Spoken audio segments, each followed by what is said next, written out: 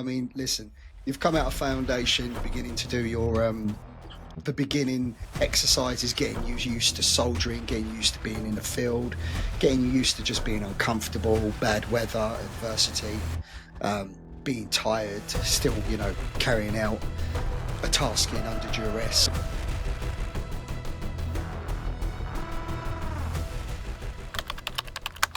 So, James, I remember week 9, I think it was, Jim pass out in the Royal Marines. Quite a poignant moment in training. I think it's week 12, from what I can remember. I don't know, is it week? I thought it was week 12. It was week 9th, I think. Yeah. I don't know. I'm adamant it's week 12. Anyone in the chat, let us know. Is it 12 or 9? Oh man, they will pipe up as well, won't they? yeah, especially your lot from your socials. I'll put it on my TikTok. Yeah, those TikTok SF warriors. Yeah, but anyway, Jim pass out. I mean, listen, you've come out of foundation, you're beginning to do your the beginning exercises, getting you used to soldiering, getting used to being in the field, getting you used to just being uncomfortable, bad weather, adversity, being tired, still, carrying out a task in under duress. And it is duress, isn't it? Because, you've been wrapped up in your bed made by your mum every day. Well, some of them have. I mean, I was 24. I've been living on my own for about 4 years before I joined the Marines. Did you get your mum to come over and do your bed, or? Well, I was going back to the image of Corporal Van Swarwick teaching us how to wash our balls. The glory days, hey? Take us back. Mate, I'm sure there were probably lads that were like, my mum usually does this for me, and I'm not joking there. I mean... Yeah. I mean, there is a reason why you do literally get shown how to wash your nuts. Some lads were gopping. Some lads didn't know how to. Some lads, hadn't done it. And that's what the British military does. They realise they have to teach, they have to bring you up. I mean, I still kind of wash that way, believe it or not. Top to tail Navy ships routine, 30 seconds in, 30 seconds out. It's done, But the beginning of training, going through those first exercises, and then you're doing a lot of runs, aren't you? You're doing a hell of a lot of runs in your high-tech Silver Shadows. You're not in your boots yet. You're getting fit. They're not giving you the boots. They're not giving you the weight. They're making this stronger. They're making your body stronger. They're turning you into an athlete. They'll turn you into a robust soldier down the line. It's the athlete stage, isn't it? Yeah, that VO2 max stage of just increasing that lung capacity. Yeah, increasing that body strength. Nice, comfortable rope climbing in a nice dry gym, no weather, no kit. Press ups in a nice dry gym, not out. Again, no weather, no harsh floor, rocks, etc. Camp circuits, I mentioned those before. That is what really gets your VO2 max up, isn't it? Those camp circuits, just running around that camp all day. What's the length of that again? Is it like it's like a lap and a half of a track, like 600 meters, I think, isn't it? Something. Why do I recall it being more? It might be even 800 meters or something, right? Yeah. Why do I recall it being something between 800 and 1,000 meters, a kilometer? I remember it being. It's a cheeky circuit, that. I don't care what anyone says. I'll tell you what, the cheeky thing about it as well is you think when you've got away from your PTIs, obviously the PTIs are strewn out all over the place, aren't they? They've all gone. They've gone to their points, pretty much at all different corners.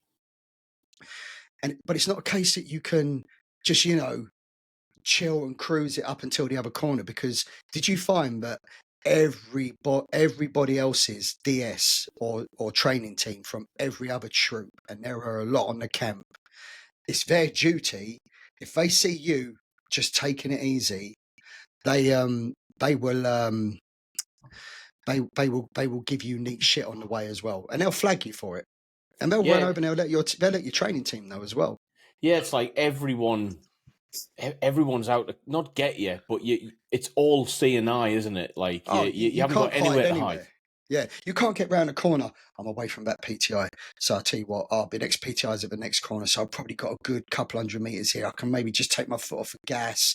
Not, that's not happening. That's not happening. Remember when you went past what was called Jim's Diner? We'll explain Yeah. that in another episode, I suppose. The junior command course block was there, wasn't it? And they would be giving us shit out the windows, cleaning the weapons. You know, they're in training to give you shit. That's their next draft, isn't it? It's their next draft. But so you got the physical duress part of it, but that's where the mental part comes, isn't it? You got to deal with that mentally. There is no hiding. There is no getting away from this. Yeah, it's hard. It's keep up or fail, really. Every day you can fail in the Corps. That's one thing I noticed about Commando training. You're not taking a day off unless it's the weekend and you've got that leave chit. You really can't rest, can you? It's like constant. You haven't had your weekend taken away from you because you got a hair on your neck when you're doing a drill session. Yeah, happened a lot as well. But so you're going up to what? Up to week 12, where you're fit. You're incredibly athletically fit. Around week 12, that's what I found was going up to week 12. You started to the troop almost started to segregate into groups. You had those that had bedded in, had taken it in. The fizz wasn't getting on top of them. The mental strain wasn't getting on top of them, and they were embracing it. And then you had those that were just beginning to fall behind, and it's a steep slope falling behind, because once you start to fall behind, you're trying to catch up, and it might be the mental side, it might be the physical side, but you started to get your groups. And I started to really excel physically, like with the training, with the running. My times were coming up.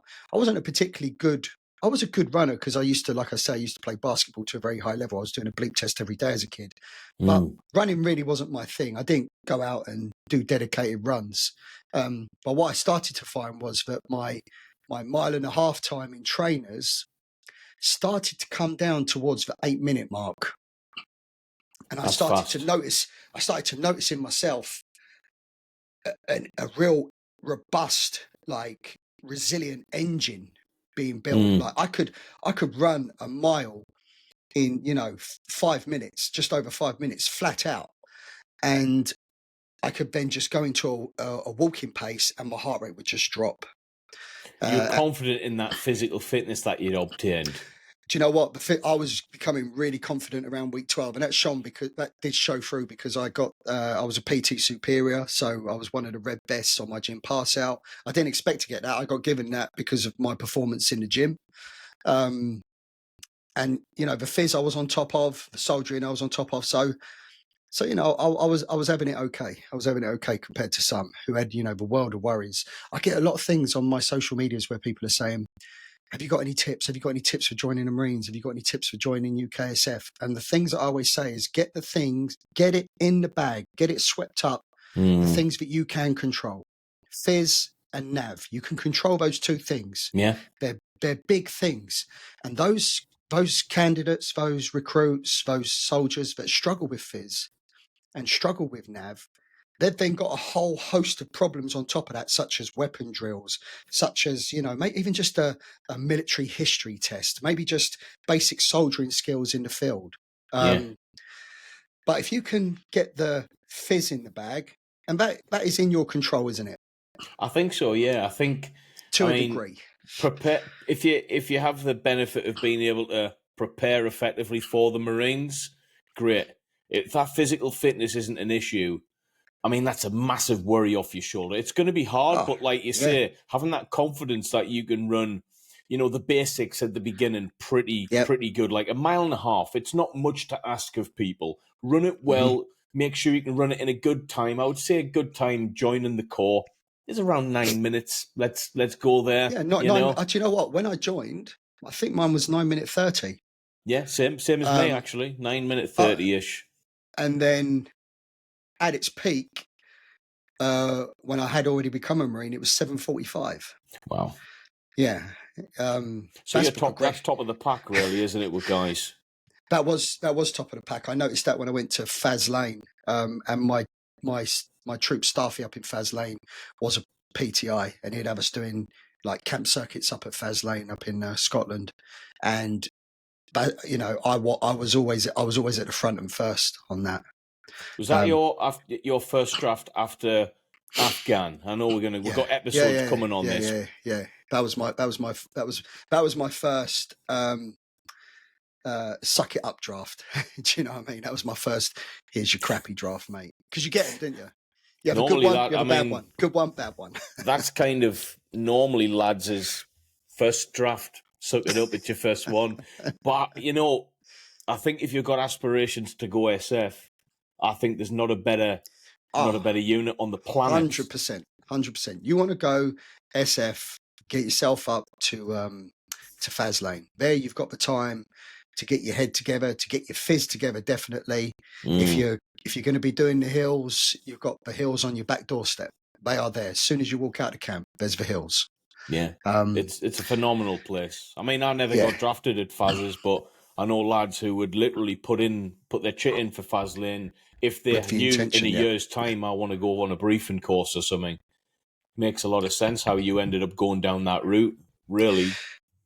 But back to around week 12. I mean, I got through gym pass out, pretty easy. Really good scores. I started to notice things about myself. I had great upper body strength. If it was the Royal Marine test, what's the fitness test? I mean, was it 16 pull-ups? Was it 85 sit-ups, 65 press-ups? About 60, 65 press-ups max. Yeah, 85 sit-ups max. It was an hour day anyway. Yeah. To the beep as well, which is harder than people think, really. Yeah. And I want to say, I mean, if you were getting 16, I think you've smashed it, really, haven't you? Yeah, I think it was 16 was the max pull-ups. And these are strict overarm pull-ups as well. None of this underarm bicep They're not on ones. a bar you can grab like that. They're on a bar which is like that. Slippy as well. It's as hard as a pull-up will get, really, I think. The conditions anyway. And it's made... I think it's made to test your grip strength out as well, isn't it? Because that bar is slippy for everyone, including the PTIs, I would max out on all of those, max out to the beep on all of those. I'd go as far as the test or the tape would take you.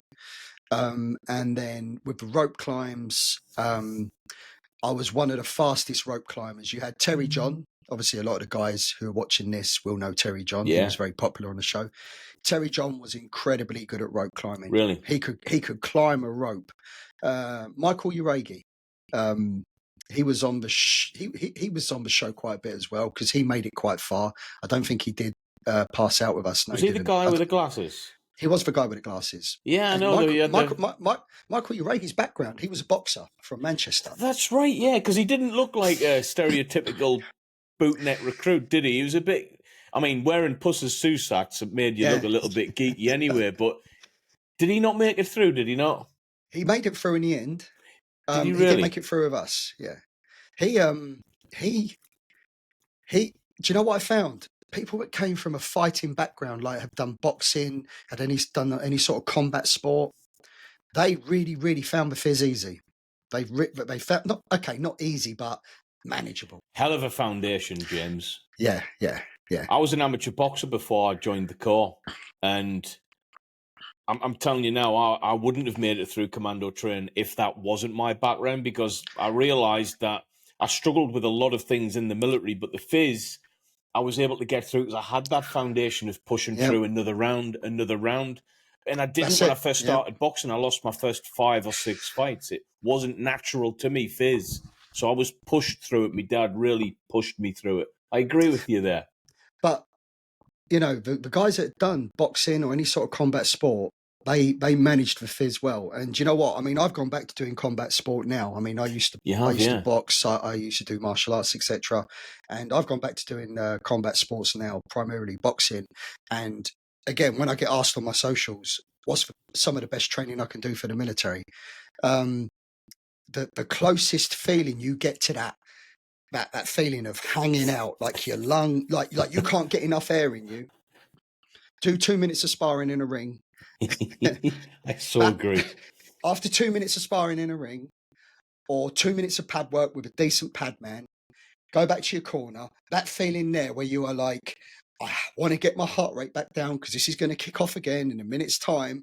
It's the same as when you get thrashed up on bottom field to the top of Beastie Knoll by the PTIs, and they're just getting themselves together, and you're looking and you're thinking, I've got 30 seconds to a minute here to get myself together before they start coming onto us again, and you are literally just trying to bring your heart rate down. But the boxing training replicates it so well. It won't replicate the duration, but it will replicate that feeling. It replicates that feeling of a Tarzan assault course. Yeah, which is, I mean, I think it's the hardest one, personally. It's the toughest one, yeah. 12 minutes, man. As I said, Michael Uregi, Terry John, they could really climb ropes. And I started to notice my competitive side start coming out now. I wanted to be the first up to that rope, and to try and beat those two guys there was hard. And if I didn't beat them, I was disappointed in myself. I mean, I don't think there was a lot of times where I did beat them, but I would be chasing them up that rope. But ropes were never a problem. I'd always get to the top of the rope. You hear stories of a lot of lads like creaming in on the ropes, and some of the horror stories, because as they're falling down, sometimes from maybe 20 or 25 feet, and their body's just given up, and they're trying to grab onto that rope, and it's pulling the skin off their hands, isn't it? Yeah, I bumped into a friend 2 weeks ago who I was in Commando training with the first time. Never seen him for nearly 20 years. And he got the gym pass out. Great guy. He creamed it in off one of it was his last rope climb on gym pass out. He fell from the very top to the bottom and smashed his knee to bits. See, that's it. Now you're trying to hang on to that rope. Imagine that. You're trying to hang on to that rope as you're coming down. It's burning the skin off your palms. And then when you get to the bottom, you get smashed up ankles or a broken leg. I mean, I think he fainted at the top, actually. He couldn't get that recovery in. I think, I'm pretty sure he fainted when he was at the top. So he piled it in like a dead corpse. And that was it. End of career. Wow. See, I didn't have any of these problems with the fizz, and again, I go back to what I said before. When lads say, how do I prepare for it? And I'm like, make your life easy. Get the fizz in the bag, and if you can't get out on the hill, that's fair enough. But you can go on YouTube and you can go and do some map reading tutorials, map reading theory, learn your convex, concave, learn your scale, learn your symbols, Churchill spire, etc. You can learn all that, and it's less for you to worry about. Believe me, in Royal Marine training, and especially should you go into selection, you need as little to worry about as possible, because those concerns, when they start to compound and you've got a million worries, that's where the mental side kicks in, and that's where a lot of guys will break. Did you notice anyone breaking up to the gym pass out phase? Did you see lads dropping off, or did you see lads excel? I saw lads excel. Actually, no. Do you know what? No one actually really stood out to me. And you had your people that stood out of Fizz, like I said, Michael Uregi, etc. There were lads that were, managing it. I'd say if they're excelling, they're not excelling, they're managing it. That's the equivalent, isn't it? They've got it managed. They've got it in control. What happened to the lads that started to drop off? Because I first noticed lads dropping off on Mebby's camp circuits. They just couldn't keep up with the pace because they increased them every other week. The duration of them, the tempo, you'd be out instead of once or twice, you'd be out 3, 4, 5, 6 times potentially. And lads used to just drop off. They couldn't keep up with it in the end, Yeah. And it's progressive, isn't it? Everything is progressive there. They're going to teach you everything. So you might have had a hard week at Fizz, hard week in a gym, hard week just getting thrashed, camp circuits, etc. And then you go out on an exercise. But I find lads were dropping. Lads were dropping because primarily because they were mentally beaten. Not physically beaten, but they'll still dig out. Even if they're not the most physically superior, they'll still dig out. But mentally, they were becoming beaten. And do you know what? This is actually a prime example of this. For one person who I remember who wasn't the greatest physical stature, wasn't the strongest, wasn't the fastest. I mean, he was 17. He was a young lad. However, try and beat him mentally wasn't going to happen. And he passed out as an original with us, George Sparks. 17 years old, yeah. George Sparks. Unfortunately, on his first tour of Afghan, he ended up catching it up at the age of 18. But I always said about George Sparks, heart of a lion. Like every single physical test that we went through, a lot of the people would say, I don't think George is going to make this, because he wasn't, he didn't have that physical prowess. He wasn't like physically astonishing. He wouldn't scale a rope in, fast time. He certainly wouldn't, do pull-ups easy and stuff like that. He wouldn't be first in the camp circuits, but mentally he was excelling above us all. Mentally, you couldn't defeat him. I remember him on a 30 miler. Like the guy was, he pretty much wasn't with us. He was next to unconscious as he was running. Really, really, really like struggling just to keep coherent. But he still went over that. He still kept up with us, and he still made it over that bridge. Wow. Yeah. We've spoke about this offline, me and you, about what would you rather have left and right of you in situations of need. And it isn't the top performer, is it? It's the guy who's gonna be there at the end. Yeah. And the guys at the end of Commando training, or the guys in this case at the end of Gym Passout, probably weren't the fittest people, if I'm honest with you. They weren't by my kid. There was fit lads who didn't make it to Gym Passout, you know? Yeah. So, we go through Gym Passout, week 12, everything's flying, everything seems to be in the bag, everything seems to be under control. Well, what's week 15? Week 15 is where you do your basic, what they consider to be basic military training. You are considered a trained soldier. Technically, I think you're a Royal Marine at that point. You're not necessarily a commando. And if war broke out, World War III, and we needed troops, you could get deployed as a Marine with a blue lid, I think. Oh, really? Okay, I didn't realise that. I thought that you was just considered a soldier at week 15. And then the extra 17 weeks was what you was going to do to get to that Marine status, but you've labelled it as a commando. Yeah. Yeah. So I think I think it was even utilised at one point. I might be wrong on this. So they were explaining that you could, if need be, in a worst case scenario, you're a basic infantry, aren't you, at that point? That's it. Yeah. Because you've basic, what is it? Regular army and stuff. The other infantries in the army, their basic is 15 weeks, isn't it? About that, yeah, I think. The only difference is a paras. I mean, what are they, 20 weeks? I think it's about, so their training holistically is about 28 weeks, give or take. Hard training, man, from what you see, pretty similar. Yeah. Like, if anything, in some ways, I think a little bit lighter, a little bit faster, where a little bit heavier, a little bit slower in terms of pace, like with weight and things. Yeah. Like they'll do a 20 miler at the end of training, but we'll do it pretty rapid. We'll do a 30 miler, still rapid, but you not as quick type thing. Both great outfits, really. We're always going to have that bias, though, isn't it? It's a big thing. That is. So, Gym Passout, how many people failed? Do you know what? I can't remember. I'll tell you what, you probably had to go back to the series and see how many silhouettes Sergeant Quinn was putting on the original troop photo from the beginning of training. Yeah, there's a lot of black faces getting blacked out. Oh, sorry, faces getting blacked out. He used to have that photo out on the landing next to his office. Did he? He took a lot of pride, a lot of enjoyment in making those silhouettes there. And he'd call you out. He'd say, come on, everyone. You go, nods. And that was it. You had to be on a balcony in like 10 seconds or something. 10 seconds, yeah. And for those that don't know, well, we're called nods because we're constantly tired. We're constantly sat there nodding our heads. So, that's what we get called, nods. He'd go, nods, and you'd run out. And he'd get his pen ready. And it's like he's trying to mentally break you even more. But, I don't know, is he trying to mentally break you even more? Because for me, it had the opposite effect. It just fed me. I was like, I'm still here.